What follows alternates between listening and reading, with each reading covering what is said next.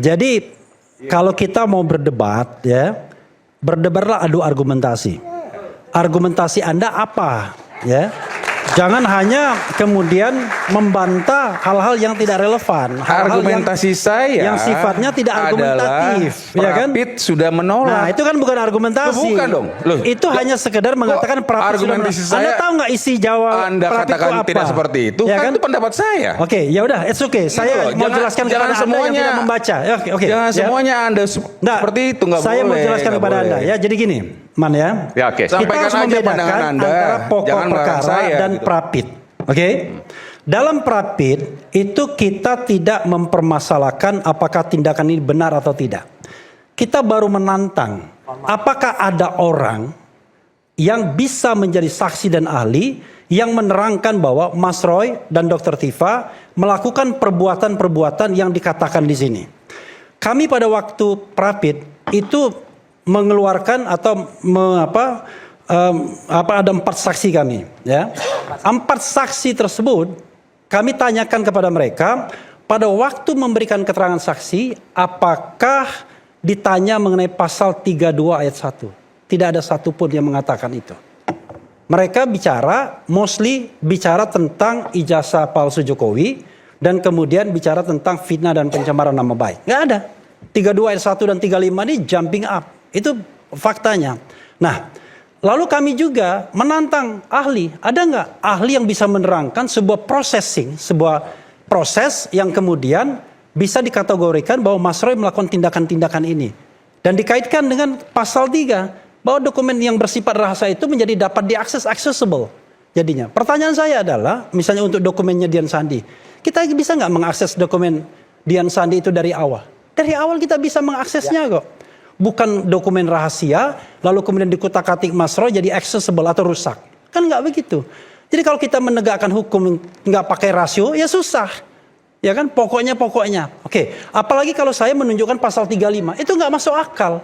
Pasal 35. Nah, ini ya, kalau dibilang ini perdebatan lama, belum bro. Kan belum masuk pokok perkara. Kemarin itu kita ditolak itu bukan pada substansinya. Tantangan kita tuh nggak dijawab sama hakim. Hakim menjawab apa? Hakim menjawab dengan prejudice. Apa? Ini tidak relevan. Harusnya Prapit ini diajukan ketika penetapan tersangka pada tanggal 7 November 2025. Kalau kita bicara hukum itu hak. Kalau itu misal hak kita mau gunakan tanggal 7 November kayak atau sekarang kayak sepanjang dibolehkan oleh hukum, ya nggak ada masalah. Apalagi kemudian seorang hakim mengatakan bahwa ini menunda-nunda pokok perkara. Ini ya menyalahgunakan Prapit dan lain sebagainya. Betul. Itu bukan pertimbangan hukum, itu prejudice yang seharusnya tidak boleh dibuat oleh seorang hakim. Hakim itu harus jelas, clear. Anda salah, Anda benar. Terbukti, tidak terbukti. Kalau kemudian Anda membuat sebuah pertimbangan hukum yang tidak didasarkan pada bukti persidangan, itu namanya sontoloyo. Iya. Nah, perkara kemudian soal ditolak, udahlah kita paham lah yang namanya success story Prapit itu memang tidak banyak. Oke, dia menantang kita masuk pada tahap persidangan. Nanti kita juga buktikan tahap persidangan. Betul. Bro, saya lagi ngomong bro, nanti saya kasih kesempatan ya. Saya boleh juga bicara. Karena itu saya katakan perdebatan kita ini belum akan selesai. Jangan dibilang yang dulu. Karena secara faktanya adalah bahwa baik Mas Roy maupun Dr. Tifa sudah clear. Yaitu didakwa dengan pasal-pasal yang saya sebutkan tersebut. Ada 4 kategorinya. Fitnah, pencemaran nama baik, kemudian edit dokumen sehingga rusak dengan tidak bisa terbuka buat publik, dan kemudian edit dokumen sehingga yang tadinya tidak otentik menjadi otentik. Nah, ke dalam 4 hal itulah kami berkepentingan untuk diperdebatkan tidak hanya di pengadilan tapi juga di publik. Ngapain kita berdebat bukunya Rismond? Nggak ada gunanya bagi kami. Iya kan? Yang punya gunanya bagi kami adalah kami harus menjawab 4 dakwaan ini. Itulah guna bagi kami untuk datang saya jawab nih. Tidak hanya perdebatan kepada hukum tidak hanya kepada buku ini, juga penting. Tidak hanya kepada pengadilan tapi juga kepada rakyat Indonesia. Itu yang ingin saya katakan. Makasih. Assalamualaikum warahmatullahi wabarakatuh. Tapi yang ini udah stop. nggak lucu lagi kalau dibahas ini. Oke. Nanti dibilang bukunya nggak penting. Bukan.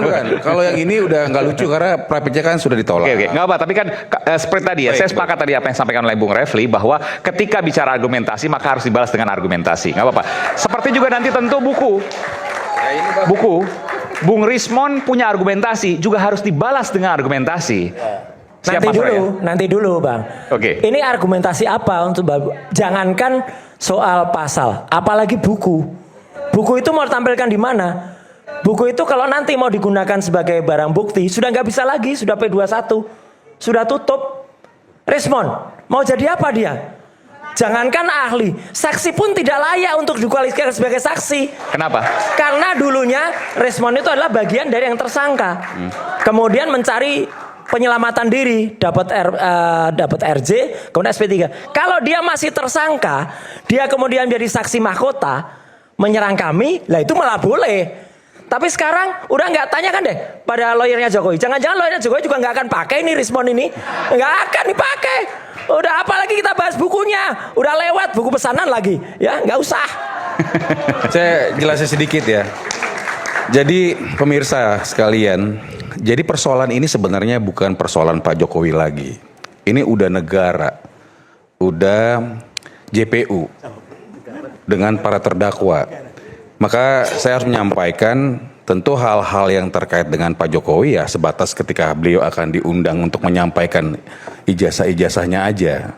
Jadi kalau bicara masalah ini ya saya setuju dengan judulnya sebenarnya ya kita masuk ke pokok perkara. Ke pokok perkara kemudian kita membuktikan. Membuktikan apa? Apa dasarnya Mas Roy, Bu Tiva mengatakan ijazah Pak Jokowi palsu? Itu. Sehingga kita bahas apa? Biar kita tahu apakah Mas Roy melakukan apa? Biar jelas pemirsanya, biar juga masyarakat tahu. Sehingga tidak ada twist-twist lagi. Karena persidangan ini, persidangan untuk mengatakan bahwa Mas Roy dan Bu Tiva, sebagaimana tadi rekan Refli menyampaikan, diberikan kesempatan untuk membuktikan penyampaiannya itu benar apa tidak, gitu loh. Nah, kalau kita masuk ke materi itu, maka hari ini kita bertanya, apa kepalsuannya? Jadi jangan kemana-mana, saya pikir itu, Mas. Oke, baik. Sementara ini memang masalah negara, memang betul. Tetapi kan masalahnya ijazah ini adalah ijazah milik mantan presiden, yang mana itu ijazah publik. Jadi dikatakan situ adalah rahasia, sudah tidak rahasia lagi. Bahkan sudah pernah di persidangan informasi KIP, informasi Komisi Informasi Publik. Bahkan saya ikut karena saya juga sebagai pengacaranya Bonatua, ya kan? Itu bahkan bukan cuma palsu saja, tidak ada. Ijazah itu tidak ada. Ijazah itu tidak ada. Ya nggak ada. Saya boleh tanggapin ya? Boleh. Nggak sebentar. Ijazahnya nggak ada maksudnya? Bonatua dengan beberapa kali sidang, KIP meminta sebagai saksi, kemudian kan ada fotokopinya. Ya, tapi faktanya tidak ditunjukkan, ya kan? Bahkan di Sebentar, ini kan yang diminta KPU kan? Bukan KPU diundang. KPU kan nggak nyimpan yang asli. Saya Bonatua sudah mencabut ya kan? gugatannya. Dan itu dihadirkan untuk membawa bukti-bukti. Oke. Mereka dihadirkan, itu tidak dibawa bukti-bukti itu dan tidak ada. Bahkan yang seharusnya disimpan di arsip nasional pun juga tidak ada. Sebentar, ini kan fotokopiannya kan? Fotokopi karena yang KPU kan yang dilegalisir kan? Betul. Iya. Ini kan yang itu yang disimpan oleh KPU biasanya. Pada waktu persidangan ini kan dikonfirmasi. Oke. Yang bersangkutan bahkan UGM pun tidak membawa dan tidak menunjukkan dokumen-dokumen itu. Hanya menarasikan aja bahwa Jokowi pernah kuliah, Jokowi. Selama ini pernah nggak melihat bahwa menunjukkan walaupun fotokopi ijazah, tidak pernah UGM. Jadi ini kan untuk apa ya? Kebutuhan mata kan? Artinya apa ya? Apa yang ada di benak Anda di situ? UGM pun tidak pernah menunjukkan fotokopiannya. Persidangan yang berkali-kali itu, Bonatua menyimpulkan ijazahnya tidak ada.